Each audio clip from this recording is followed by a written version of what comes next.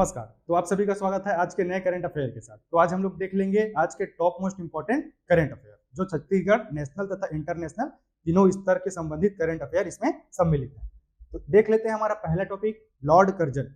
अच्छा, Lord Curzon के बारे में आप लोग याद रखना कि जो बंगाल का विभाजन की घोषणा जिन्होंने किया था सन 1905 में, वो लॉर्ड कर्जन ही थे। तो आप लोग यहाँ से क्या याद रखोगे, ये अभी हाल ही में चर्चा में क्यों आया, तो पश्चिम बंगाल में वर्धमान नगर पालिका ने क्या किया, ऐतिहासिक कर्जन गेट के सामने एक पूर्व महाराजा की मूर्ति लगाने का फैसला किया है। ठीक है, लॉर्ड कर्जन, आप लोग ये नाम याद रखिएगा।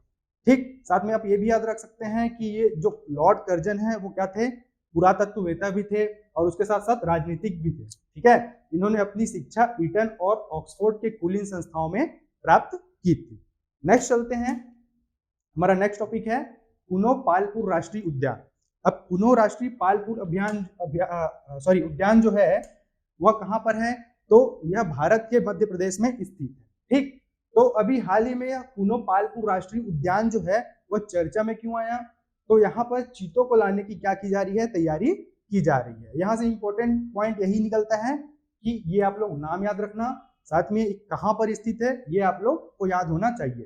ठीक है, तो जो भारत का विंध्य पहाड़ी है, ठीक, तो उसी पहाड़ी के अंतर्गत मध्य प्रदेश में यह जो उद्यान है, राष्ट्रीय उद्यान है, वह स्थित है। साथ ही साथ आप लोग ये याद रखना कि मध्य प्रदेश को क्या कहा जाता है, टाइगर स्टेट भी कहा जाता है, और सबसे अधिक राष्ट्रीय उद्यान भी मध्य प्रदेश में ही पाए गए हैं, ठीक है, पाए जाते हैं। नेक्स्ट चलते हैं, स्वच्छता पखवाड़ा। ठीक, तो कैबिनेट सचिवालय और पेयजल एवं स्वच्छता विभाग के निर्देशानुसार कॉर्पोरेट कार्य मंत्रालय, ठीक, तो 16 से 31 अगस्त 2022 तक क्या का आयोजन किया जाएगा, तो स्वच्छता पखवाड़ा का आयोजन किया जा रहा है या किया जाएगा। ठीक, जो कि 16 अगस्त से स्टार्ट हो चुका है और कब तक चलेगा, तो 31 अगस्त 2022 तक यह संचालित होगा। ठीक, इसके अंतर्गत क्या क्या याद रखोगे, ये स्वच्छता पखवाड़ा नाम याद रखना, डेट याद रख लेना, और किसके अंतर्गत चलाया जा रहा है ये आप लोग खास रूप से याद रख सकते हैं। नेक्स्ट चलते हैं, make in India number 1 mission. अच्छा, भारत सरकार की जो एक योजना है मेक इन इंडिया, उसके बारे में तो आप सभी जानते हैं।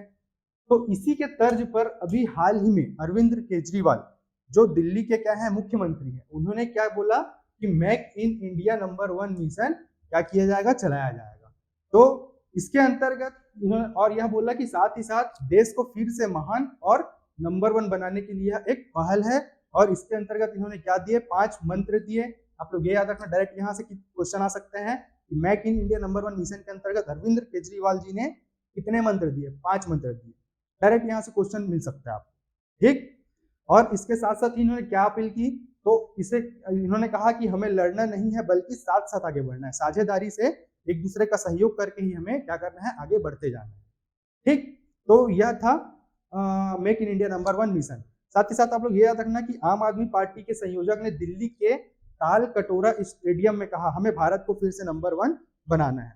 तो ये जो ताल कटोरा स्टेडियम का नाम अभी हाल ही में काफी चर्चे में आ रहा है, यहाँ पे बहुत कुछ योजनाओं का क्या किया जा रहा है, घोषणा किया जा रहा है, या उनसे संबंधित रूपरेखा तैयार करने के लिए संगोष्ठियों का आयोजन भी ताल कटोरा स्टेडियम में किया जा रहा है। तो ये आप लोग खास रूप से याद रखना, ये नई दिल्ली में है ना, दिल्ली का संबंध है ताल कटोरा स्टेडियम से, वहीं पे स्थित है। नेक्स्ट चलते हैं, गोवा हर घर जल प्रमाणन प्राप्त करने वाला पहला राज्य। अभी जो गोवा है वो 100% हर घर जल प्रमाणन प्राप्त करने वाला पहला राज्य बन गया है भारत का। ठीक, तो आप लोग यहाँ से ये याद रख सकते हैं। इसके अंतर्गत गोवा में हर घर नल के जरिए साफ पानी उपलब्ध कराया जा रहा है। ठीक, राज्य सरकार ने सभी 378 गांवों को हर घर जल घोषित कर दिया है। ये डाटा काफी इंपॉर्टेंट है, 378 गांव, ठीक, इन्होंने क्या किया, तो हर घर जल घोषित कर दिया गया है। इसके साथ साथ ये भी याद रख सकते हैं कि जो गोवा के सभी ग्रामीण घर हैं वहां पे नल से पानी क्या किया जा रहा है, उपलब्ध कराया जा रहा है। नेक्स्ट चलते हैं, हमारा नेक्स्ट टॉपिक है कृष्ण कुंज। तो अभी हाल में भूपेश बघेल सरकार ने क्या किया था कि कृष्ण जन्माष्टमी के अवसर पर विभिन्न प्रकार के वृक्षों को लगाने का इन्होंने क्या किया था, घोषणा किया था, जिनमें नीम, बरगद, पीपल, सत्तूत जैसे अनेक विभिन्न प्रकार के वृक्ष इसके अंतर्गत सम्मिलित किए गए थे। ठीक, तो 19 अगस्त 2022 को कृष्ण जन्माष्टमी मनाया गया, जो कि भगवान कृष्ण से संबंधित होता है, उनके जन्मोत्सव के अवसर पर ही मनाया जाता है। तो इसके अंतर्गत कृष्ण कुंज नामक क्या किया गया, योजना का लोकार्पण किया गया। कहां पर किया? तो रायपुर के तेलीबांधा में विकसित किया गया कृष्ण कुंज का इन्होंने क्या किया? लोकार्पण किया। ठीक, और इसके अंतर्गत कितने क्षेत्रों को, 162 नगरीय क्षेत्रों को क्या किया गया है? चयनित किया गया है, जहां पर क्या किए जाएंगे? सांस्कृतिक, धार्मिक और जन उपयोगी वृक्ष लगाए जाएंगे। तो आप लोग यहां से यही याद रखना।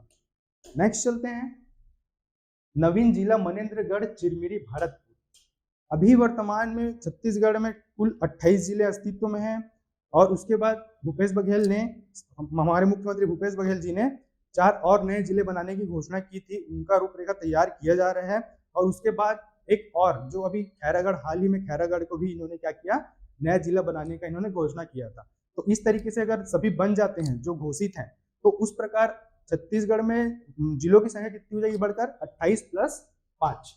अभी 28 है प्लस 5 हो जाएगा, तो टोटल कितना हो जाएगा? ये 33 जिला हो जाएगा हमारे छत्तीसगढ़ में, जब बन जाएगा तो इसी के अंतर्गत जो मनेन्द्रगढ़ चिरमिरी भरतपुर है, इसको अभी मूर्त रूप दिया जा रहा है, ताकि इसको जल्द से जल्द क्या किया जाए? अस्तित्व में लाया जा सके, और इसको 29वां जिला बनाया जा सके। किसका?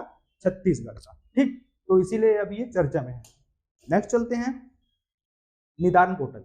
अब आप लोग निदान पोर्टल के बारे में याद रखिएगा मुख्य रूप से कि यह जो निदान पोर्टल है वह नशा या आपराधिक मामलों के अंतर्गत ही यह पोर्टल शुरू किया गया है, उसको दूर करने के लिए, उसके निवारण के लिए। ठीक, तो गिरफ्तार नार्को अपराधी जो नशा में लुप्त अपराधी होते हैं, जिनको उनके नशे के क्या बोलना चाहिए कि उसके अंतर्गत जिनको गिरफ्तार किया जाता है ना, तो उनके लिए राष्ट्रीय एकीकृत डेटाबेस निदान पोर्टल नारकोटिक कंट्रोल ब्यूरो द्वारा क्या किया जा रहा है? विकसित किया जा रहा है, एक पहला डेटाबेस है। तो निदान पोर्टल का संबंध किससे है?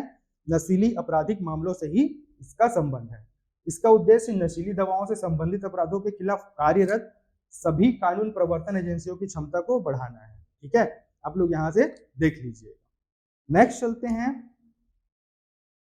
करंट अफेयर के प्रश्नोत्तरी पर। तो ये टोटल 4 क्वेश्चन है, इसका आंसर आप लोग कमेंट सेक्शन में करिएगा। ठीक है, तो ये था आज का सभी top most important current affair.